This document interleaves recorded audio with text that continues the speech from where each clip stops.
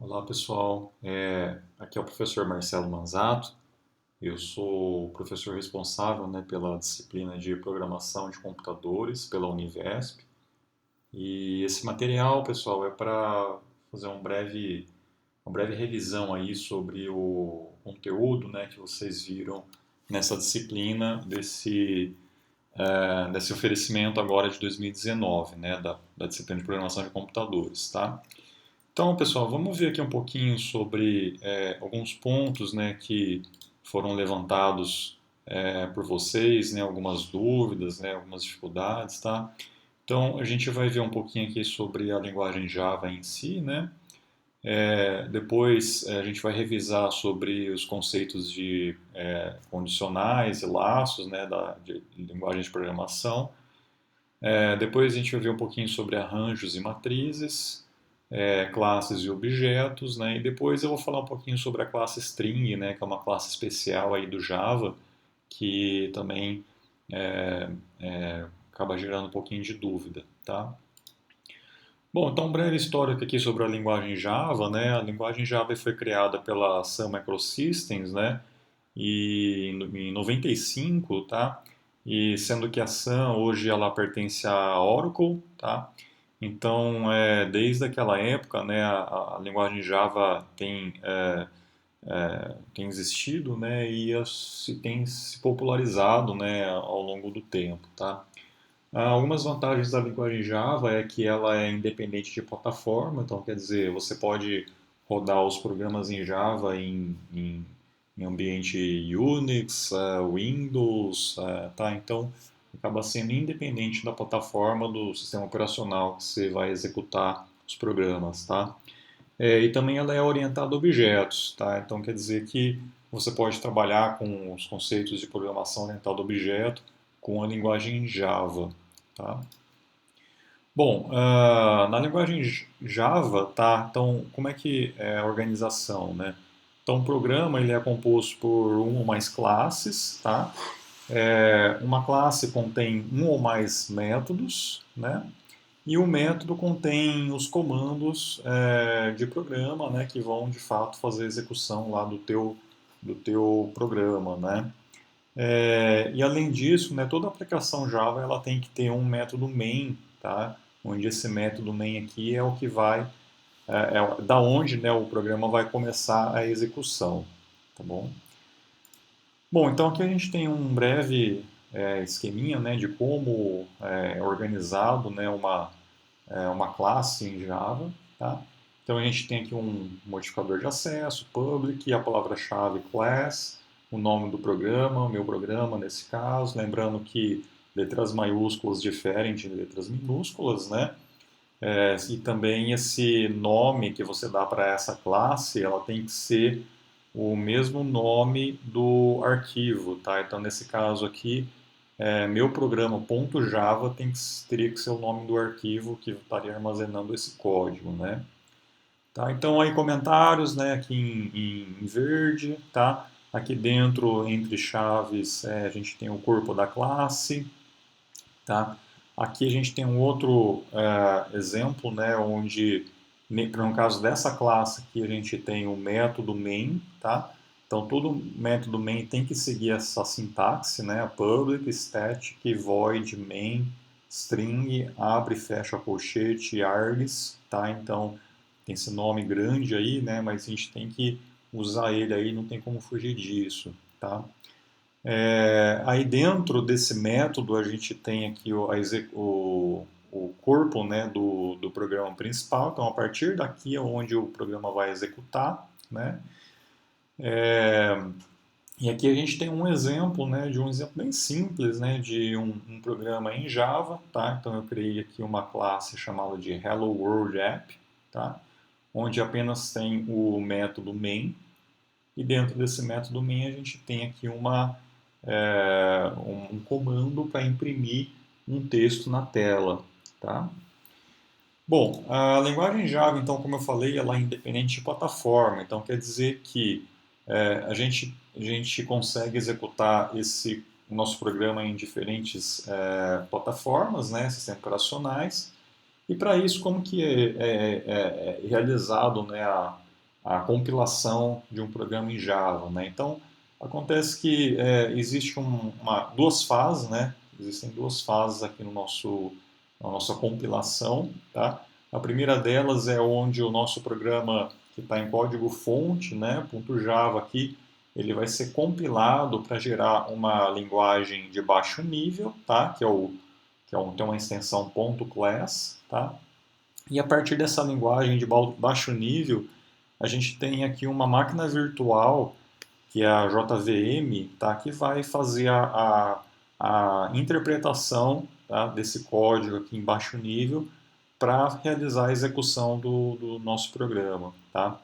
Então, até essa fase aqui, né, da compilação, isso é independente de plataforma, tá? E a partir daqui, né, essa JVM, né, a Java VM aqui, já é dependente de plataforma, tá? Então, cada sistema operacional vai possuir uma JVM diferente que vai realizar a interpretação do nosso código, tá, em baixo nível, que neste caso aqui ele é independente de plataforma, tá bom?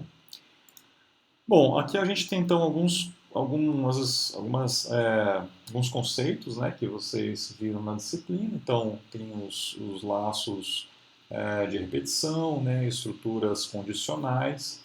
Então começando aqui pelos comandos de condição, a gente tem aqui o comando if-else, né? Então tem esse formato onde a gente coloca lá if, a condição, se ela for verdadeira, executa o que está aqui dentro, né? Se essa condição for falsa, ele entra nesse else, né? Não entra aqui, tá? Condição vai ser uma expressão lógica que vai resultar, né, em verdadeiro ou falso. Pode ser também uma expressão aritmética, pode ser uma expressão relacional, ou pode ser a combinação de todos esses tipos de expressões aqui. Então, um exemplo, né, de uma condição, tá, dentro de um if é esse que está aqui. Ó. Então, reparem que a gente tem uma expressão lógica, por exemplo, x é igual a 2, tá? Então, isso aqui vai te resultar verdadeiro ou falso, tá? Uma expressão aritmética, por exemplo, z mais 1, tá? Uma expressão relacional, onde você vai comparar duas coisas, por exemplo, y é menor do que z mais 1, tá? E tudo isso a gente está combinando, né? Então, se x é igual a 2 e y é menor do que z mais 1, então quer dizer que toda essa condição aqui é verdadeira e ele vai executar o que está dentro do if, tá? Então, a gente pode fazer várias combinações possíveis aqui nessa condição, de modo que o resultado de tudo isso vai te retornar verdadeiro ou falso, tá bom? Um outro comando de condição que é o switch case, tá? Então a gente coloca lá entre parênteses do switch uma variável, que daí essa variável vai ser comparada com diferentes valores, tá? Que estão dentro aqui desses cases, né? Então, se a variável for igual ao valor 1, ele executa o que está dentro desse case. Se essa variável for igual ao valor 2, ele executa o que está aqui dentro desse case, tá? E se a variável não for igual a nenhum dos valores que estão aqui nos cases, lembrando que a gente pode ter um número ilimitado de cases, né? Aí ele executaria o que está no default, tá? Além disso, o comando break ele é opcional, sendo que se você não tiver o comando break, o que vai acontecer? Se variável for igual a valor 1, ele começa a executar os comandos a partir dessa linha e continua a execução daquela linha em diante, tá? Então, se não tivesse break aqui, ele vai executar o que está aqui, vai executar o que está aqui, vai executar o que está aqui até o final, tá? Ou até ele encontrar um novo break, tá bom? Então, lembre-se de dar uma revisada aqui nesse comando break, né? Qual que é a influência deles aqui no switch, tá? E isso acaba gerando uma certa confusão, tá bom? A gente tem também os laços, né, de repetição. O primeiro deles é o comando while. Tá? Então, enquanto a condição for verdadeira, ele executa o que está aqui dentro. Tá? Se essa condição for falsa, né, pode ser que esse while não seja executado nenhuma vez. Tá bom? Ao contrário do while, né, onde aqueles comandos que estão dentro da repetição vão ser executados pelo menos uma vez, né, porque ele vai começar a execução, tá? E aí depois que ele vai verificar se a condição é verdadeira ou não, né? Então ele vai realizar alguma coisa, tá? Enquanto a condição for verdadeira, tá? Então ele primeiro executa uma vez, depois ele realiza o teste da condição, tá? Bom, além disso a gente tem também o for, tá? O for ele tem essa sintaxe que está aqui, então são três campos que a gente tem que definir. Então tem um passo de inicialização, uma condição de parada e um incremento, tá? Então, por exemplo, né, a gente tem uma variável i que eu declarei aqui em cima. A inicialização é onde eu seto essa variável i para zero. Temos a condição de parada, tá? Então, enquanto o i for menor do que 10, ele continua executando o for, né? E a gente tem um incremento, né? Então, a cada nova iteração desse for, esse comando que está aqui vai ser executado. Tá? Então, nesse caso aqui, é simplesmente imprimir os números de 0 a 9. Tá? Lembrando que aqui menor do que 10 não é menor ou igual. Tá? Então, menor do que 10 ele chega até o 9. Então, quando o teu i for igual a 10, essa condição já vai ser falsa, né? E aí ele nem vai executar esse comando aqui dentro, tá bom? Arranjos e matrizes, né? Então em Java a gente declara, né, um arranjo dessa forma, que está aqui. Então temos o nome da variável, o tipo desta variável, pode ser um int, um float, um double, um tipo definido pelo usuário, tá? E aqui é onde a gente faz a alocação do arranjo, né, do tamanho desse arranjo. Tá? Então, colocamos a palavra-chave new, tipo, né, que é o mesmo que está aqui, e entre colchetes o tamanho desse arranjo. Tá? Um exemplo aqui, estou criando um arranjo V, que ele é do tipo inteiro, tá? E tem 100 elementos nesse arranjo, tá? E aqui embaixo eu uso um comando for para fazer a inicialização desse arranjo com todos os elementos sendo inicializados para zero, tá? Matrizes também é praticamente a mesma coisa que arranjos, tá? Só que você vai adicionar uma dimensão a mais, né? Então, ao invés de você trabalhar com um único par de colchetes, a gente vai trabalhar com dois ou até mais, né? Se você quiser um arranjo tridimensional, com 4 dimensões, né? Então você pode colocar quantas dimensões você achar melhor, tá? Então, também definindo aqui o tipo, né? E também o tamanho da primeira dimensão, o tamanho da segunda dimensão. E aqui nós temos um exemplo, no caso, para um tipo double, onde a gente cria uma matriz M que tem dimensões 10 por 20. E aqui também a gente faz a inicialização dessa matriz, setando todos os elementos para zero. Tá ok? Muito bem. Aí a gente chega também na parte aqui de programação orientada a objetos, né, que faz parte do Java, onde aqui a gente tem que entender qual é o conceito por trás de classes e objetos. Tá? Então, paradigma de programação orientada a objeto é uma maneira da gente encapsular dados e estados, né, e procedimentos de uma determinada entidade, né, em um único elemento. Tá? E aí a gente chama esse elemento de objeto. Tá? Então, por exemplo, né, eu tenho aqui um objeto carro. Tá? Se a gente analisar esse objeto, nós temos algumas informações sobre o seu estado, informações sobre esse objeto, né?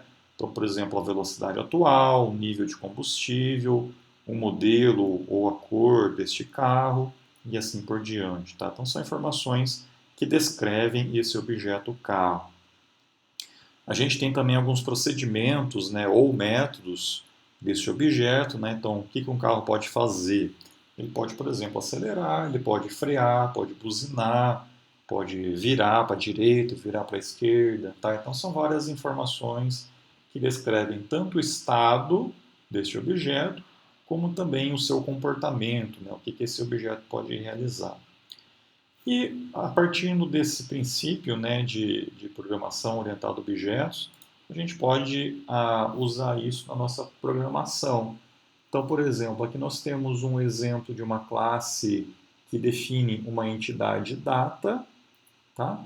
E o que uma data tem, né, de informação? Então, ela tem lá o dia, o mês e o ano, tá? E quais são os métodos, o que essa data pode fazer, quais são os procedimentos, né?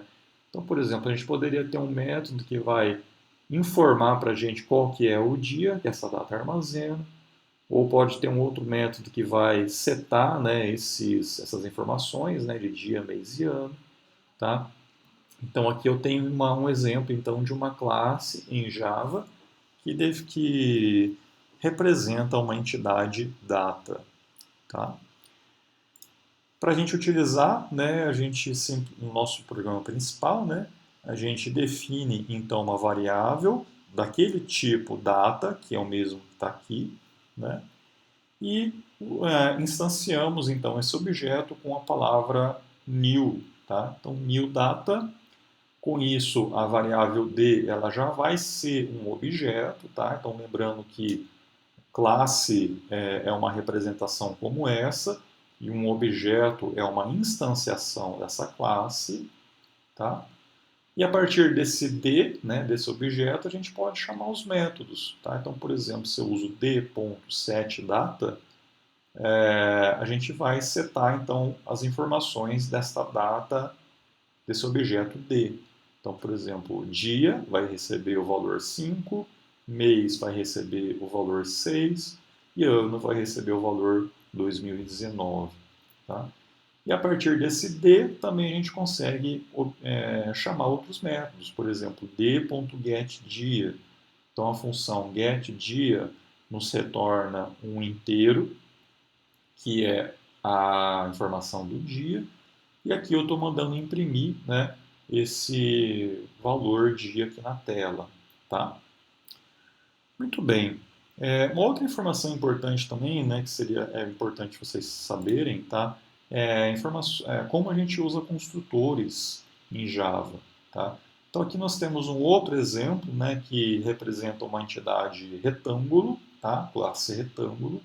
Essa classe retângulo tem os atributos x e y, largura e altura, tá? E essa classe retângulo tem dois construtores. Um construtor aqui que não tem nenhum parâmetro, tá? E um outro construtor que possui aqui dois parâmetros, que é a largura e a altura. E um terceiro construtor ainda, né, que tem, além da largura e altura, também as coordenadas x e y. Tá? Então reparem que neste exemplo aqui, eu tenho três construtores, dependendo de como eu instanciar o objeto, né, dependendo do número de parâmetros que eu passar lá no meu, na minha instanciação, né, desse objeto, ele vai chamar um ou outro construtor desse daqui. Tá? E dentro de cada construtor, você pode chamar outro construtor. Então, por exemplo, se esse construtor for chamado, quer dizer, quando eu chamar new rectangle, tá, sem nenhum argumento, ele iria entrar neste construtor. E aqui dentro a gente tem essa linha que força a chamada a um outro construtor. Tá? Então, esse dis 0000 quer dizer que a partir desta execução, né, deste construtor, o programa ele vai chamar este outro construtor que está aqui, onde eu tenho os quatro parâmetros, né, onde cada um vai receber esse valor zero. Tá? Mesma coisa, se ele começar com esse construtor, né, onde você passa lá a largura e altura, o próprio programa vai chamar também esse construtor de baixo, passando aqui x e y zero e largura e altura aqui que foram passados por aqui. Tá?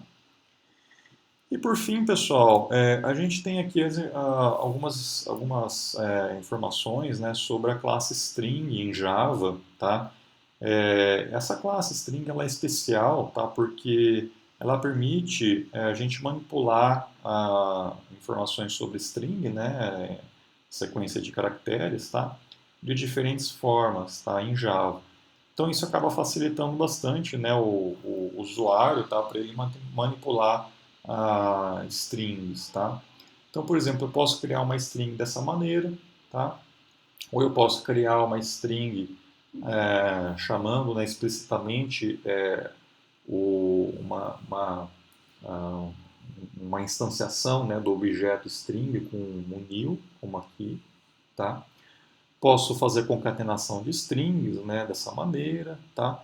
Entre várias outras manipulações, né, que a gente pode realizar aqui com as strings, tá? E uma informação importante sobre a classe string, tá, é que uma vez que a string é criada, ela não pode mais ser alterada, tá? Então, mesmo se você cria uma string como essa, né, ABC, e depois você faz uma concatenação, na verdade você vai estar criando uma outra string que é o resultado daquela concatenação, tá? É, quando a gente, para a gente entender melhor, né, como que funciona essa classe string, a gente pode dar uma olhada aqui, né, em como que a memória acaba se comportando com a manipulação dessas strings, tá? Em Java a gente tem o que a gente chama de string pool, tá? Que é como se eu tivesse lá uma área da memória heap, tá? Que vai conter lá todas as palavras ou todas as frases que foram criadas no nosso programa. Então, por exemplo, se eu tenho uma string S1 que foi instanciada com cat, tá? E essa palavra cat vai ser inserida aqui na nossa string pool, tá? Se depois eu criar uma outra string S2 com o mesmo nome, cat, tá? O que o Java faz? Né? Ele verifica se na string pool existe essa palavra, tá? No caso, como ela existe, esse S2, essa variável S2 vai apontar para o mesmo endereço de memória onde está a palavra cat. E com isso, se a gente faz uma comparação S1 é igual a S2, tá? Isso aqui vai nos retornar verdadeiro. Por quê? Porque S1 e S2 apontam para esse mesmo endereço aqui de memória, tá? Diferente de eu criar uma outra string usando aqui a instanciação da classe string explicitamente.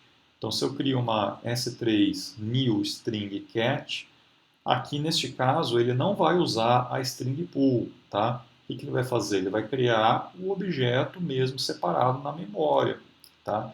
Que também vai ter um outro endereço. E aí, se eu fizer S1 é igual a S3, apesar de o nome ser igual, né, cat e cat, os endereços de memória são diferentes, tá? Então, por isso que isso daqui vai te retornar falso, tá? Se vocês quiserem aprender um pouquinho mais sobre a string pool, tá, tem esse link aqui que é bem interessante, tá? Dá para vocês darem uma olhada sobre o funcionamento aqui de strings em Java, tá bom? Então é isso, pessoal. Essas foram as principais dúvidas, né, que vocês tiveram aí sobre o curso, tá? Espero que vocês possam estudar, né, bem, ter um bom estudo aí para a prova, tá? Sobre a disciplina, tá? E sucesso a todos vocês, né? Foi um prazer estar acompanhando aí o oferecimento dessa disciplina, tá? E é isso aí, pessoal. Obrigado mais uma vez e até logo.